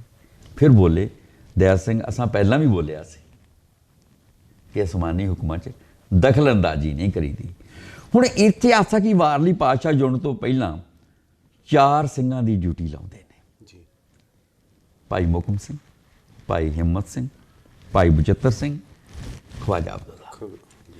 ਹੁਣ 4 ਦੀ ਡਿਊਟੀ ਲਾਈ ਜਾਂਦੀ ਹੈ ਕਿ ਤੁਸੀਂ ਸੇਫ ਜ਼ੋਨ ਦੇਣਾ ਹੈ, ਕਿ ਤੁਸੀਂ ਇੱਧਰ ਨੂੰ ਆਉਣ ਨਹੀਂ ਦੇਣਾ, ਆਸਾ ਕੀ ਵਾਰ ਜਿੰਨਾ ਚਿਰ ਨਹੀਂ ਲੱਗਦੀ ਡਿਊਟੀ ਲੱਗਦੀ। ਕੇਵਲ ਇੱਕ ਨੂੰ ਜੱਫੀ ਪਾਉਂਦੇ ਨੇ। ਕਿਹਨੂੰ? ਖਵਾਜਾ ਅਬਦੁੱਲਾ। ਖਵਾਜਾ ਅਬਦੁੱਲਾ ਨੂੰ ਬੁਲਾਇਆ, ਜੱਫੀ 'ਚ ਲਿਆ ਤੇ ਕਹਿੰਦੇ ਪਾਤਸ਼ਾਹ ਬੋਲੇ ਕਿ ਖਵਾਜਾ ਜੀ ਸਮਾਂ ਆ ਗਿਆ ਹੈ। ਖਵਾਜਾ ਜੀ ਬੋਲੇ, ਪਾਤਸ਼ਾਹ ਪਤਾ ਹੈ, ਤੋੜ ਨਿਭੇ ਇਵੇਂ ਨਿਭੇਗੀ। ਹੁਣ ਇਹ ਗੱਲਾਂ ਤੁਹਾਡੀਆਂ ਅੱਖਾਂ ਨਾਮ ਕਰਦੀਆਂ ਨੇ ਕਿ ਕਿਹੋ ਜਿਹਾ ਯੋਧਾ ਹੋਏਗਾ ਖਵਾਜਾ ਅਬਦੁੱਲਾ, ਕਿ ਪਾਤਸ਼ਾਹ ਦੇ ਧਰਮ ਦਾ ਨਹੀਂ, ਬੋਲੀ ਨਹੀਂ, ਕਲਚਰ ਨਹੀਂ, ਪਰ ਇਸ ਦੇ ਬਾਵਜੂਦ ਪੈਗੰਬਰ ਜਿਹੜਾ ਹੈ ਗੁਰੂ ਗੋਬਿੰਦ ਸਿੰਘ ਸੱਚਾ ਪਾਤਸ਼ਾਹ ਹਜ਼ੂਰ, ਤੇ ਉਹਦੇ ਲਈ ਤੋੜ ਨਿਭੇ, ਡਟ ਗਏ ਨੇ। ਆਸਾ ਕੀ ਵਾਰ ਹੋ ਗਈ, ਦੁਸ਼ਮਣ ਆ ਗਿਆ ਹੈ, ਯੁੱਧ ਸ਼ੁਰੂ ਹੋ ਗਿਆ ਹੈ, ਤੀਰਾਂ ਦੀ ਵਿਛਾੜ ਹੋਣ ਲੱਗੀ ਹੈ, ਪਰ ਖਵਾਜਾ ਅਬਦੁੱਲਾ ਗੁਰੂ ਪਾਤਸ਼ਾਹ ਵੱਲ ਉੱਠਣ ਵਾਲਾ ਹਰ ਤੀਰ ਆਪਣੀ ਛਾਤੀ ਤੇ ਲੈ ਰਿਹਾ ਹੈ। ਆਵਾਜ਼ ਆਉਂਦੀ ਹੈ, ਪਾਤਸ਼ਾਹ ਸਰਸਾ ਪਾਰ ਕੀਤੀ ਜਾਵੇ। ਤੇ ਗੁਰੂ ਪਾਤਸ਼ਾਹ ਬੋਲੇ, ਇਹ ਬਹੁਤ ਖੂਬਸੂਰਤ ਬੋਲ ਨੇ ਕਿ ਜਿੱਥੇ ਪਾਠ ਜਿਹੜਾ ਹੈਗਾ ਨਾ ਕਿ ਖਾਲਸਾ ਸੰਗਤ 21 ਵਿਸਵੇ ਤੇ ਗੁਰੂ 20 ਵਿਸਵੇ, ਕਿ ਸੰਗਤ ਨੂੰ ਰੂਪ ਕਿਹੋ ਜਿਹਾ ਦਿੱਤਾ ਹੈ। ਬੋਲੇ ਜੋ ਹੁਕਮ ਖਵਾਜਾ ਜੀ ਪਾਰ ਕਰਦੇ ਨੇ। ਇੱਥੇ ਜਿਹੜਾ ਖਵਾਜਾ ਅਬਦੁੱਲਾ ਦਾ ਯੁੱਧ ਜਿਹੜਾ ਹੈ ਉਹਨੂੰ ਰੋਜ਼ਨਾਮ ਚ ਕਲਮਬੱਧ ਕੀਤਾ ਹੈ। ਸੰਤ ਸਾਹਿਬ ਡਾਕਟਰ ਸਕੋਨ ਸਿੰਘ ਜੀ ਉਹ ਜਿਹੜਾ ਹੈ ਉਹ ਸਾਡੇ ਮਸਤਕ ਦਾ ਭਾਗ ਬਣਨਾ ਚਾਹੀਦਾ। ਤੇ ਮੈਨੂੰ ਡੈਫੀਨੇਟਲੀ ਚੰਗੀ ਮੌਕਾ ਇੱਕ ਤੁਸੀਂ ਆਏ ਜੋ ਕਿ ਖਵਾਜਾ ਅਬਦੁੱਲਾ ਡਟਿਆ ਹੈ। ਖਵਾਜਾ ਅਬਦੁੱਲੇ ਦਾ ਸਕੇ ਚਾਚੇ ਦਾ ਪੁੱਤ ਜਿਹੜਾ ਮੁਗਲਿਆ ਜਰਨੈਲ ਹੈ ਕਰੀਮ ਖਾਂ ਲਲਕਾਰਦਾ ਹੈ ਖਵਾਜਾ ਅਬਦੁੱਲਾ ਨੂੰ ਕਿ ਹੇ ਅਬਦੁੱਲਿਆ, ਤੂੰ ਕਾਫਰ, ਤੇਰਾ ਗੁਰੂ ਕਾਫਰ। ਅੱਜ ਸਭ ਤੋਂ ਪਹਿਲਾਂ ਮੈਂ ਤੇ ਫਿਰ ਤੇਰੇ ਗੁਰੂ ਦਾ ਸਿਰ ਵੱਢਾਂਗਾ, ਅੱਛਾ ਇਹ ਕਾਫਰ ਨੂੰ ਨੇਸ ਤੋਂ ਨਬੂਦ ਕਰਾਂਗਾ। ਤੇ ਉਸ ਵੇਲੇ ਕਿਹਾ ਜਾਂਦਾ ਹੈ, ਜਿਵੇਂ ਅੰਕਿਤ ਹੈ ਕਿ ਖਵਾਜਾ ਅਬਦੁੱਲਾ ਨੇ ਕਿਹਾ ਕਿ ਕਰੀਮ ਮੇਰੇ ਪੈਗੰਬਰ ਵੱਲ ਉੱਠਣ ਵਾਲਾ ਹਰ ਤੀਰ ਮੈਂ ਉਸੇ ਤਰ੍ਹਾਂ ਆਪਣੀ ਹਿੱਕ ਉੱਤੇ ਲਵਾਂਗਾ ਜਿਵੇਂ ਮਦੀਨੇ ਦੇ ਯੁੱਧ ਵਿੱਚ ਮੁਹੰਮਦ ਸਾਹਿਬ ਉੱਤੇ ਉੱਠਣ ਵਾਲਾ ਹਰ ਤੀਰ ਜਿਹੜਾ ਸੀ ਪਹਿਲੇ ਖਲੀਫੇ ਨੇ ਆਪਣੀ ਹਿੱਕ ਉੱਤੇ ਲਿਆ ਸੀ। ਨਾਲ ਹੀ ਉਸਨੇ ਕਿਹਾ ਕਿ ਹੇ ਕਰੀਮ ਮੇਰੇ ਪੈਗੰਬਰ ਦੇ ਬਾਰੇ ਬਦਕਲਾਮੀ ਕਰਨ ਵਾਲੇ ਦੀ ਮੈਂ ਹਲਕ ਵਿੱਚੋਂ ਜੀਭ ਖਿੱਚ ਲੂੰਗਾ। ਤੋ ਦੋਵੇਂ ਯੋਧੇ ਨੇ ਬਾਦਸ਼ਾਹ ਪਾਰ ਕਰ ਗਏ ਨੇ। ਬਚਿੱਤਰ ਸਿੰਘ ਜ਼ਖਮੀ ਹੋ ਗਿਆ ਹੈ, ਪਾਤਸ਼ਾਹ ਨੂੰ ਆਪਣੇ ਘੋੜੇ ਤੇ ਲੈ ਕੇ ਗਏ ਨੇ। ਕਰੀਮ ਅਤੇ ਖਵਾਜਾ ਜੀ ਆਮੋ ਸਾਹਮਣੇ ਨੇ। ਕਰੀਮ ਨੇ ਜਿਹੜਾ ਤੀਰ ਛੱਡਿਆ ਉਹ ਸਿੱਧਾ ਖਵਾਜਾ ਜੀ ਦੀ ਛਾਤੀ ਤੇ ਵੱਜਿਆ। ਤੀਰ ਚੁੱਕ ਪੁੱਟ ਕੇ ਬਾਹਰ ਸੁੱਟ ਦਿੱਤਾ ਹੈ ਤੇ ਕਰੀਮ ਭੱਜਦਾ ਹੈ ਵਾਪਸ। ਜੀ ਤੇ ਉਸ ਵੇਲੇ ਜਿਹੜੇ ਸ਼ਬਦ ਨੇ ਅੰਕਿਤ ਰੋਜ਼ਨਾਮੇ ਚੋਂ ਕਿ ਹੇ ਕਰੀਮ ਹੁਣ ਭੱਜਣਾ ਨਹੀਂ, ਮੇਰੇ ਤੀਰ ਦਾ ਸਵਾਦ ਤੇ ਚੱਖ। ਮੇਰੇ ਪੈਗੰਬਰੇ ਮੇਰੇ ਮਹਿਬੂਬ ਦੀ ਤੂੰ ਬੇਇੱਜ਼ਤੀ ਕਰਨ ਦੀ ਕੋਸ਼ਿਸ਼ ਕੀਤੀ ਹੈ। ਹੁਣ ਇਹ ਤੇਰਾ ਸਿਰ ਜਿਹੜਾ ਹੈ ਤੇਰੇ ਸਰੀਰ ਉੱਤੇ ਨਹੀਂ ਰਹੇਗਾ। ਤੇ ਇਹ ਕਿਹਾ ਜਾਂਦਾ ਹੈ ਕਿ ਖਵਾਜਾ ਅਬਦੁੱਲਾ ਦੁਆਰਾ ਛੱਡੇ ਉਸ ਤੀਰ ਨੇ ਉਸ ਦਾ ਸਿਰ ਜਿਹੜਾ ਸੀ ਉਸਦੇ ਧੜ ਤੋਂ ਅਖਾੜ ਕੇ ਫੈਂਕ ਦਿੱਤਾ ਸੀ। ਖਵਾਜਾ ਅਬਦੁੱਲਾ ਸ਼ਹਾਦਤ ਦਾ ਜਾਮ ਪੀ ਗਿਆ, ਜੀ ਸਦੀਵੀ ਗੁਰੂ ਪਾਤਸ਼ਾਹ ਦਾ ਪੁੱਤਰ ਬਣ ਗਿਆ। ਪਰ ਸਾਡੇ ਚੇਤਿਆਂ ਦੇ ਵਿੱਚੋਂ ਖਵਾਜਾ ਅਬਦੁੱਲਾ ਗੁੰਮ ਹੋ ਗਿਆ। ਗੁੰਮ ਹੋ ਗਿਆ। ਮੈਂ ਤੁਹਾਡੇ ਮਾਧਿਅਮ ਰਾਹੀਂ ਇਹ ਕਹਿਣਾ ਚਾਹੂੰਗਾ ਕਿ ਅੱਜ ਦੇ ਦਿਨ ਖਵਾਜਾ ਅਬਦੁੱਲਾ, ਕੁੰਮਾ ਮਾਹੀ, ਬੀਬੀ ਮੁਮਤਾਜ਼, ਨਿਹੰਗ ਕੋਟਲਾ, ਜੀ ਜੇਕਰ ਅਸੀਂ ਇਹਨਾਂ ਚੌਂ ਦਾ ਅਜਪਾ ਜਾਪ ਨਹੀਂ ਕਰਦੇ, ਜੇ ਇਹ ਚਾਰੇ ਸਾਡੇ ਮਸਤਕ ਦਾ ਭਾਗ ਨਹੀਂ ਬਣਦੇ ਆਉਣ ਵਾਲੇ ਦਿਨਾਂ 'ਚ, ਤੇ ਅਸੀਂ ਗੁਰੂ ਗੋਬਿੰਦ ਸਿੰਘ ਸੱਚੇ ਪਾਤਸ਼ਾਹ ਹਜ਼ੂਰ ਵੱਲ ਪਿੱਠ ਕੀਤੀ ਹੋਏਗੀ। ਬਿਲਕੁਲ ਕਿਉਂਕਿ ਪਾਤਸ਼ਾਹ ਦੇ ਪਿਆਰੇ ਨੇ, ਪਿਆਰੇ ਔਰ ਪਿਆਰ ਚਸ਼ਮਦੀਦ ਗਵਾਹ ਉਸ ਵਿਟਨੈਸ ਨੇ ਉਸ ਦਿਨ ਦੇ। ਇਤਿਹਾਸ ਦੇ। ਸੋ ਇਹ ਇੱਕ ਸੰਖੇਪ ਸਰਸਾ ਨਦੀ ਦੇ ਕੰਢੇ ਦਾ ਜਿਹੜਾ ਇਤਿਹਾਸਕ ਬਖਾਨ ਹੈ ਜੀ ਤੇ ਇਸ ਬਖਾਨ ਨੂੰ ਆਪਾਂ ਅੱਗੇ ਵੀ ਰੂਪਮਾਨ ਕਰਦੇ ਰਹਾਂਗੇ ਆਉਣ ਵਾਲੇ ਸਮੇਂ 'ਚ। ਜੀ ਜੀ ਤੁਹਾਡਾ ਬਹੁਤ ਬਹੁਤ ਧੰਨਵਾਦ। ਬਹੁਤ ਬਹੁਤ ਡਾਕਟਰ ਸਾਹਿਬ ਤੁਹਾਡਾ ਸ਼ੁਕਰੀਆ, ਬਹੁਤ ਬਹੁਤ ਧੰਨਵਾਦ। ਕਿਉਂਕਿ ਤੁਸੀਂ ਤੁਹਾਡੇ ਜਿਹੜੇ ਸ਼ਬਦ ਹੈ ਉਹ ਇੱਕਦਮ ਵਾਕਈ ਤੀਰ ਵਾਂਗੂ ਅਸਰ ਕਰਦੇ ਆ ਜਦੋਂ ਤੁਸੀਂ ਬਿਆਨ ਕੀਤਾ, ਔਰ ਭਾਵੁਕ ਵੀ ਹੋਏ ਸਾਰਾ ਕੁਝ ਸੁਣ ਕੇ।